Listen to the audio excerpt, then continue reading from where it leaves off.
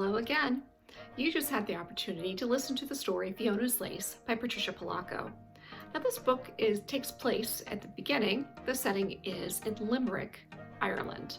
Now you're going to have an opportunity to try your hand at creating your own limerick, which is a style of poetry that's named after that particular region in Ireland.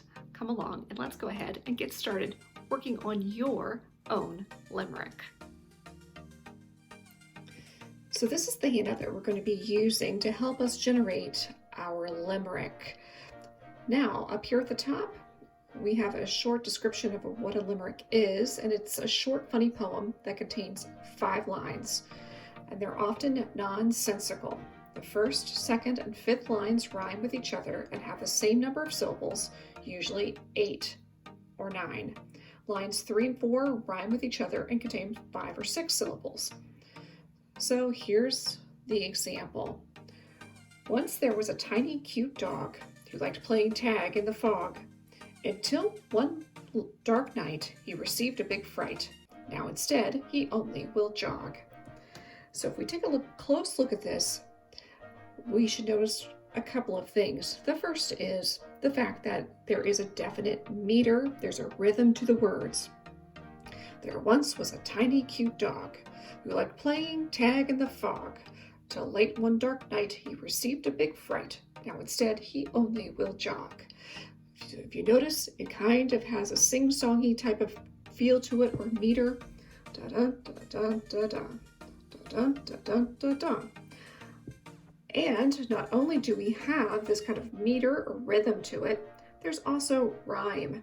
So if we look at the words at the end of the lines, dog rhymes with fog, night rhymes with fright, and jog rhymes with fog and dog.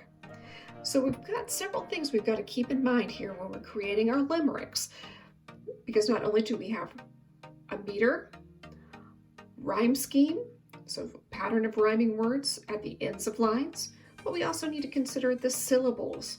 So the first line has 8 syllables, second 8, third line has 5, fourth line has 5, and then it's back to 8 syllables.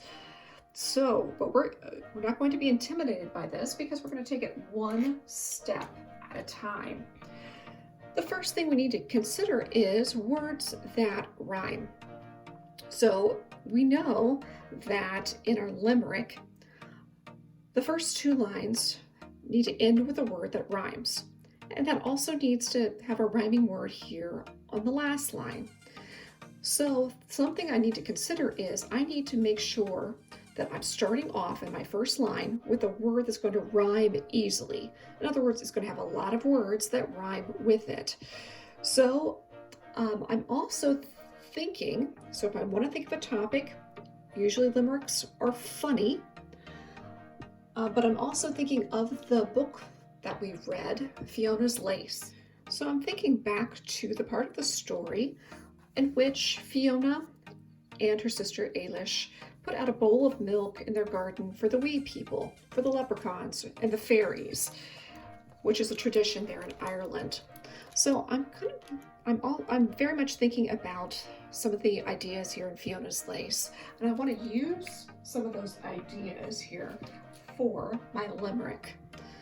I'm also going to be thinking of words that rhyme. So she mentioned that they call them the wee people.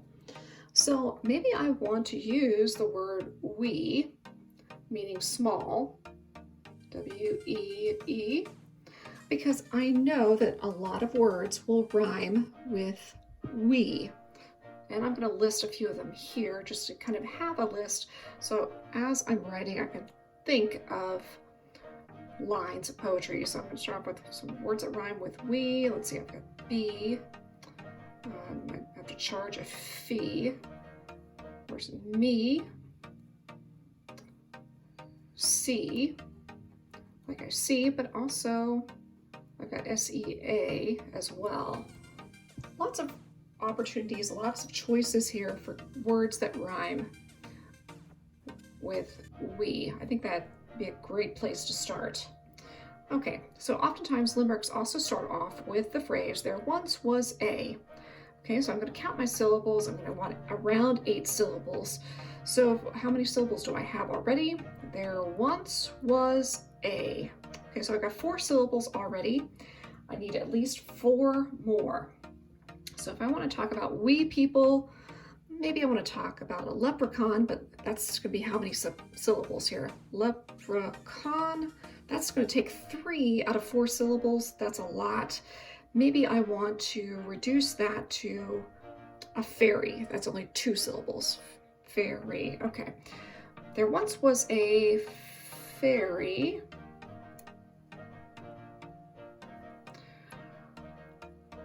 And I want to end with the word we, because that's what I want to rhyme. There once was a fairy, so we, meaning small. Okay, so how many syllables is that? There once was a fairy, so we, right? Okay, so I have my 8 syllables. So far, so good. There once was a fairy, so we. Now, I want to rhyme. The second syllable needs to rhyme with we. I can use one of my words over here. I think one that's going to be really promising that I could use is maybe this word right here, see. So maybe because she's so wee, she's going to be hard to see. So let's think if I can turn that into a line here, because I'm also going to remember that I need something down here as well that rhymes with we and see. Okay, so if she's wee, she's maybe hard to see. Something else that would rhyme. I can think of another rhyme perhaps. We've got B-E, but then we also have B-E-E. Maybe she's the size of a bee? Okay, well that might be a possibility. I'm going to stick with that possibility, that maybe she's hard to see, she's the size of a bee. Maybe I can keep that here for the last line. So if she looks like a bee, she'd probably be wearing stripes of some sort, so she could look like a bee. So I'm going to stick with that. There once was a fairy, so we. Maybe those stripes. What's she wearing on her dress?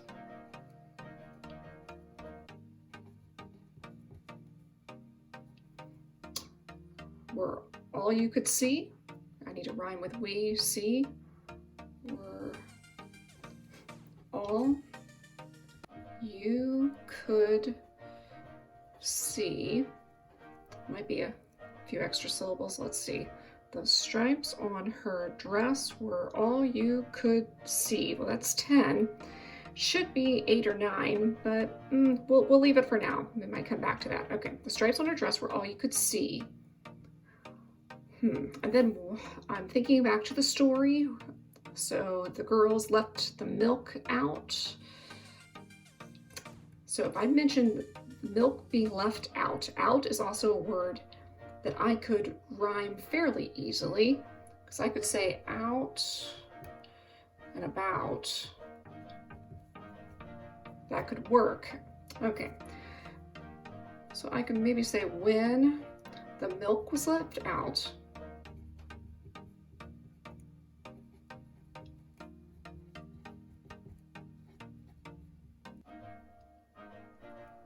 What happens? I'm going to end with about on this next line here because I want those to rhyme. And I need to check my syllables. I need 5. When the milk was left out. Okay, when the milk was left out, that's 6. That's pretty close to 5. I don't want to go too far over. That's all right. Okay, because it's going to be 5 to 6. Okay, when the milk was left out, what could she do? She is a fairy, so maybe she was flying. I'm going to end with the word about. You could say she'd flutter about. Okay, let's check it. She'd flutter about. Okay, that's 5. And Okay, now I need to go back to rhyming with C and we. I'm going to pick up that word bee. She looks like a bee. Okay, her stripes on her, there once was a fairy so wee, the stripes on her dress were all you could see. When the milk was left out, she'd flutter about. How about looking like a small bumblebee? Why not? Okay, looking just like a small bumblebee. Picks up a few extra syllables, but it kind of keeps with our meter, our rhythm as well. Let's test it out. Looking just like a small bumblebee. All right, that's 9, which is still within my range of acceptable syllables. Okay, let's try it out and see what we think here. There once was a fairy so wee. I'm going to use a comma. The stripes on her dress were all you could see. When the milk was left out, she'd flutter about, looking just like a small bumblebee. Not bad. Not bad. Not bad at all. So now it's your turn. Let's see what you can create. Take your ideas and first of all, start off with words that are going to be easy to rhyme. Those are the ones that are going to end your lines. And then it's kind of like a puzzle. Try to piece together other components, remembering your syllables as well. Well, happy creating and happy writing.